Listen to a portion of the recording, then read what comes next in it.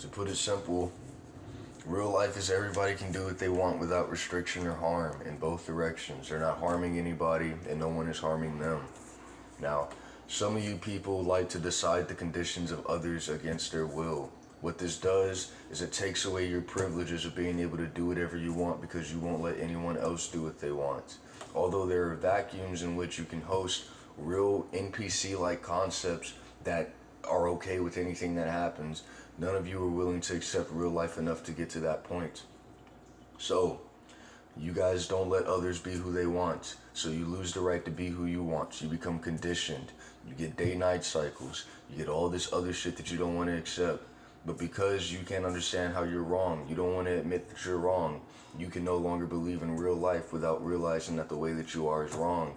And so what you do is you attack others, people who still believe in it, who next to you have to accept your same restrictions, but because they're so masked out can tolerate it.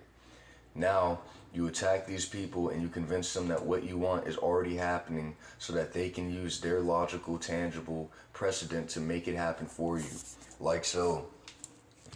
You can't figure out real life. You can't trust it. It doesn't make sense. I can. I know it makes sense. I make it make sense no matter how many times you call me stupid.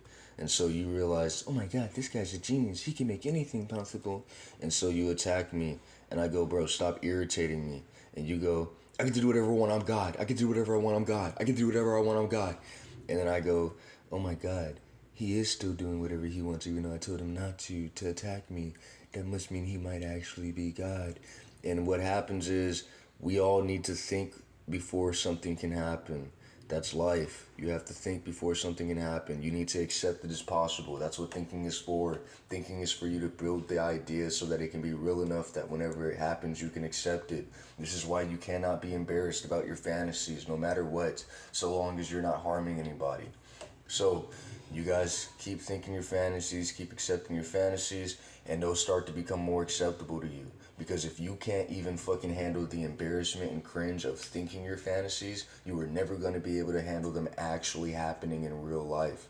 So, these people who think that life is nothing but an error can no longer think their fantasies without them being cut off because they won't let anyone else do what they want because they don't know how to live real life. So they attack these guys and they say, what I want is already happening. See?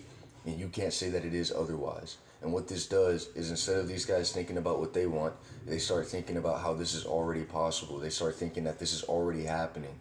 These guys irritate others so that people use their thinking to make what they want possible. By claiming that it's already happening and irritating everybody else and attacking everyone else and getting their attention in all these passive, sneaky ways, they get other people to think about it being possible for them so that it can happen without them being able to achieve it because they lost access to real life.